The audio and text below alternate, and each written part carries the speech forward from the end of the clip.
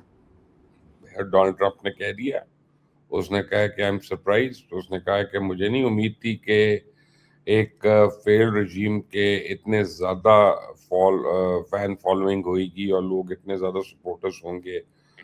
اور یعنی یہ it's a message very loud and clear to the rest of the world کہ جو ویسٹرن پروپیگنڈا ہے, جو ویسٹرن میڈیا کا پروپیگنڈا ہے, کہ ہم سارے تو سمجھ رہے تھے کہ رجیم چینج ہو رہی ہے اور ایران میں رجیم بڑی انپاپولر ہو گئی ہے.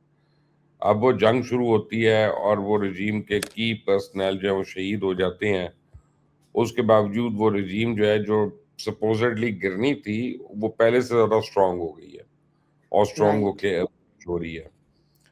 تو I think that's a very serious wake up call to the rest of the world کہ صرف اپنے من پسند ٹی وی چینلز کے اوپر خبریں دینے سے حقیقت نہیں بدل جاتی ہے. اور کامنائی جو ہے نا, اچھا میں کسی کے یعنی مذہبی عقائد کو میں خدا نخواستہ میں ہرٹ نہیں کرنا چاہتا, لیکن مجھے لگتا ہے جب میں ورلڈ افیئرس کو دیکھتا ہوں, بالکل پیورلی ورلڈ افیئرس کی بات کر رہا ہوں میں ریلیجن سے ہٹ کے, تو جو اس ریولوشن کے فاؤنڈر ہیں جناب آیت اللہ خمینی صاحب, جو آئے تھے اور جنہوں نے شاہ کے اگینسٹ ریولوشن کیا تھا. I was very young at that time, I was a young boy, 79 کی بات ہے, تو ہم فرسٹ ایئر میں ہم لوگ تھے. تو I mean I have very clear memories of and images of that part of the history. لیکن اب مجھے لگ رہا ہے کہ شہید خامنہئی جو ہیں اپنی شہادت کے بعد he has become a bigger leader and bigger statesman at least than his predecessor. تو میں مذہب کی بات نہیں کر رہا, میں ان کی اس کی یعنی ریلیجس کوالیفیکیشنز کی بات نہیں کر رہا, میں بات کر رہا ہوں ایز اے اسٹیٹسمین. دیکھیں ایک انہوں نے مارک چھوڑا اپنا ایران کی تاریخ میں, اور اپنی ایک لیگسی انہوں نے چھوڑ دی ہے, and America and the rest of the world will have to live with that. یقیناً پوری دنیا نے دیکھا ہے, وٹنس کیا ہے, and it's so impressive. Islamic community کے لیے اگر ہم دیکھیں, مسلمانوں کے لیے دیکھیں, یقیناً. سر مسٹر آصف علی زرداری نے فائنلی مسٹر ڈونلڈ ٹرمپ کو انوائٹ کیا ہے پاکستان کے لیے. کیا آپ کو لگتا ہے وہ آئیں گے؟ Why not? Why not? دیکھیں پاکستان وہ والا پاکستان نہیں ہے جو آج سے 5 سال پہلے تھا, کہ امریکن پریزیڈنٹ جو ہے وہ پاکستانی پرائم منسٹر کا فون نہیں اٹھا رہا. پورے 1 سال وہ کرتا رہا فونیں اور اس نے نہیں اٹھائی, اور پورے 1 سال 2 لابنگ فرمز کو انگیج کیا ہوا تھا اور امریکن پریزیڈنٹ نے فون نہیں اٹھایا, نہ کوئی کال ریسیو کیا جتنی باری بھی انہوں نے کال کی تھی. Now Pakistan is a different country. Now Pakistan has proven its mettle on the international arena. Now Pakistan is a major game player. Now Pakistan is a game changer in this part of Asia. So I mean time lines کا فرق ہو سکتا ہے, may be immediately اب وہ نہیں آ سکتے کیونکہ نومبر میں تو ان کے مڈ ٹرم الیکشنز ہیں اور وہ ان کے سر پہ چڑھے ہوئے ہیں, اور اس میں میرا خیال ہے کہ Republicans are having a lot of heart attacks and anginas pain کہ یار یہ الیکشن ہار نہ جائیں, کچھ ہو نہ جائے ایسا. But other than that I think it's a very valid invitation, and I personally feel کہ ڈونلڈ لیں گے, اس کو مانیں گے, ایکسیپٹ کریں گے. دیکھتے ہیں, لیٹس سی. اگر یہ طے پہ جاتا ہے کہ وہ وزٹ کرے پاکستان, تو ویسے سننے میں آتا ہے کہ وہ انڈیا بھی جائیں گے, ہو سکتا ہے کیونکہ وہ ساتھ ساتھ کنٹریز. دیکھیں دنیا کے ہر ملک کی دوسرے ملکوں سے اپنے اپنے تعلقات ہوتے ہیں. بالکل بالکل. ہم کسی کو نہ کہہ سکتے ہیں نہ ہمیں کہنا چاہیے, ہر ایک کے ہر ملک سے تعلق ہو سکتے ہیں. ہمیں اپنے تعلق ہیں ہر ایک سے کہ یہ ہمارا تعلق کیسا ہے. وہ انڈیا 100 دفعہ جائیں, وہ ان کی مرضی ہے, انڈینز کی مرضی ہے, ان کی مرضی ہے. We have nothing to do with that. So ضرور جائیں.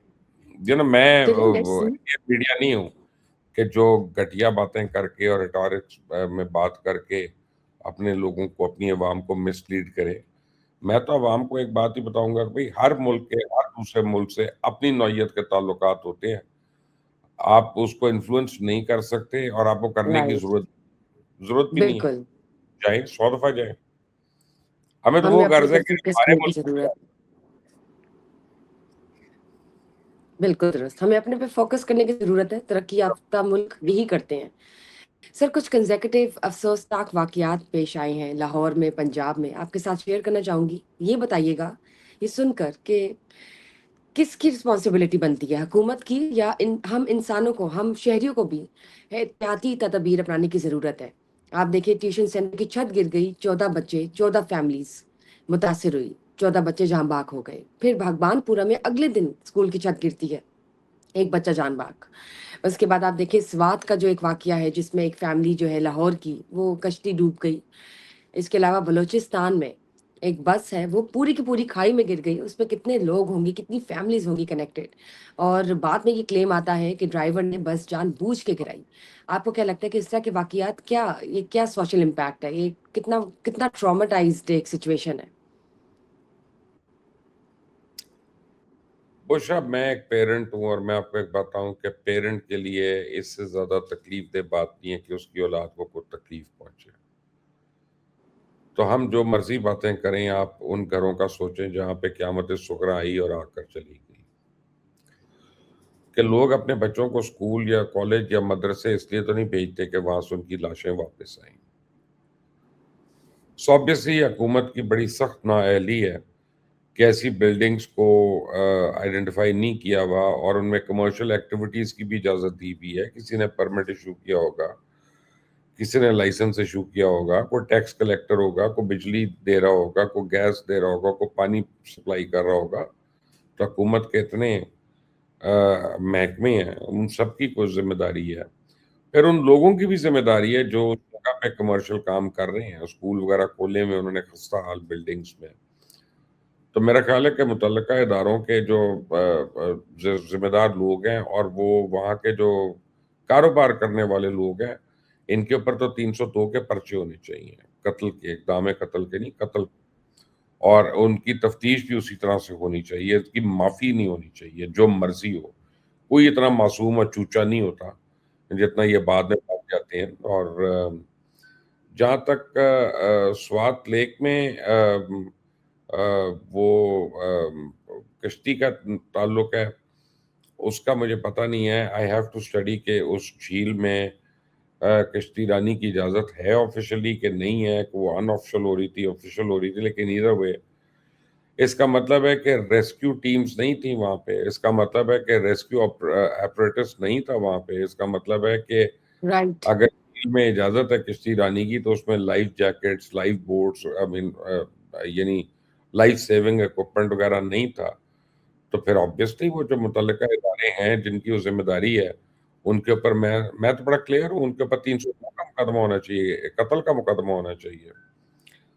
جہاں تک کوئٹہ کا اندوناک واقعہ ہے، وہ بلوچستان کا جو آپ کہہ رہی ہیں، جی. آئی ڈونٹ نو یہ کیسے ہمیں پتا چلا کہ وہ ڈرائیور نے خود کیا ہے یا ایکسیڈنٹ نہیں ہوا واقعی. اس بس کے کچھ افراد یہ کلیم کر رہے ہیں جو بچ گئے کہ ڈرائیور نے جان بوجھ کر بس کھائی میں گرائی. اب یہ تو ظاہر انویسٹیگیشن کے بعد ہی معلوم ہوگا پتا اصل چلے گا حقیقت کیا جب ہے. ٹھیک ہوگی تو پھر جی جی. پتا چلے گا. ورنہ وہ ایئر انڈیا کا جو فلائٹ 171 کریش ہوئی تھی نا، اس سے بھی تو لوگ یہی کہتے رہے کہ پائلٹ ڈپریس تھا تو پائلٹ اس نے خود. سوسائڈ. ہاں جی اب بالکل. I'm still waiting for somebody to come forward and prove yes. that. Yes you تو right. Based on logics and facts. میں اس پہ کیا کہوں؟ جی جی. افسوس تو ہے سر، ظاہر ہے جب جان چلی گئی تو اٹس انڈو کوئی تو نہیں ہو سکتا یہ.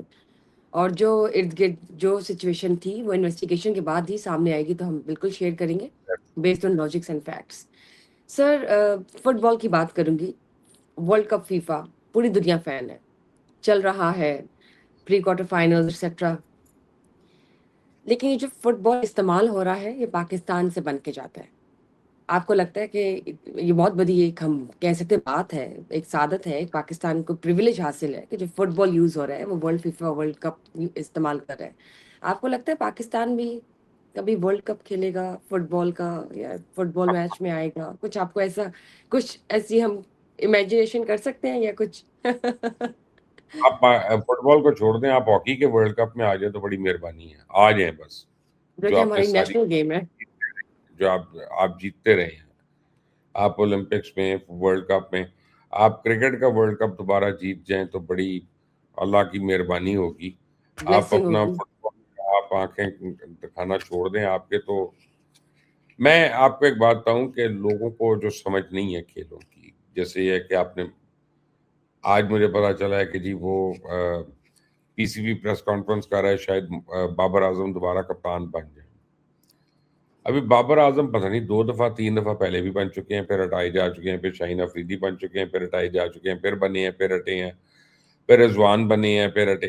یہ عجیب میوزیکل چیئرز چلائی ہوئی ہیں انہوں نے. یہ ایسے لوگ ہیں جن کو نہ کھیل کا پتہ نہ کھلاڑی کا، ٹھیک ہے نا. اور انہوں نے اپنے اپنے بوٹی کے لیے ہمارے پورے بکرے ذبح کر دیے ہیں، اور نیشنل انٹیگریٹی کے اور آنر کے. ناؤ دا کوشچن از کہ آپ کو میں ایک بڑا بیسک آئیڈیا دیتا ہوں کہ آج پاکستان میں کھل کر آپ $1 بلین انویسٹ کریں، اپنی آپ ٹریننگ اکیڈمیز کھولیں اور ریلینٹلیس قسم کا پروگرام کریں، تو شاید 10 سال میں، اگلے 10 سال کے بعد آپ کی ٹیم کوالیفائی کر جائے ورلڈ کپ کے لیے. اور یہ اس صورت میں ہے کہ آپ کے میکسیمم پلیئرز جو ہیں وہ یورپین اور ساؤتھ امریکن لیگز میں کھیل رہے ہوں، اور اس میں کھیل کی ان کی پریکٹس ہو. ورنہ ہمارے جیسوں کو تو ان کی نظر ہی نہیں آئیں گی، گیندیں ہی نہیں نظر آئیں گی جو کھیل رہے ہوں گے وہاں پہ. خدا کے لیے we are no match, and let's not fool ourselves کہ بڑا ٹیلنٹ ہے. کوئی ٹیلنٹ نہیں ہے، نہ اس right talent right absolutely right. ہے، نہ اس کی نرچر ہو رہی ہے. بالکل درست. سر ویمن ورلڈ کپ آپ نے دیکھا کہ کس طرح سے کنزیکٹیو میچز میں ہار گئی ویمن ورلڈ کپ ٹیم. بنگلہ آپ دیش نے کس طرح ہرایا. کیا ایکسپیکٹ کری تھی آپ؟ چلے مجھے بتائیں آنیسٹلی. سر مجھے لگ رہا تھا کہ ویمنز ٹیم جو ہے وہ تو بہت اپ ٹو دا مارک ہے. کیوں، انہوں نے کس بات پچھلے پہ؟ میچز جیتے ہیں، تو اس بار تو آئی تھاٹ میں ان کو. ٹیمز کے خلاف جیتے، ان ٹیمز کو بھی دیکھ لینا، کہ ان کی پلیئر اسٹرینتھ بھی دیکھ لیں. آپ لوگ جو ہے نا انہی چیزوں سے آپ لوگ خواہ پوری قوم کی امیدیں بنا دیتے ہیں، اور وہ جو ہے پتہ نہیں مجھے کس بات پہ آپ لوگ بلیو کرتے ہیں کہ آپ لوگ جیتیں گے. کیوں جیتیں گے آپ؟ میں نہ آپ کے اوپر بورڈ میں کسی کے اندر ٹیلنٹ ہے، نہ کھیلنے والے کے اندر ٹیلنٹ ہے، تو جیت کہاں سے آ گئی؟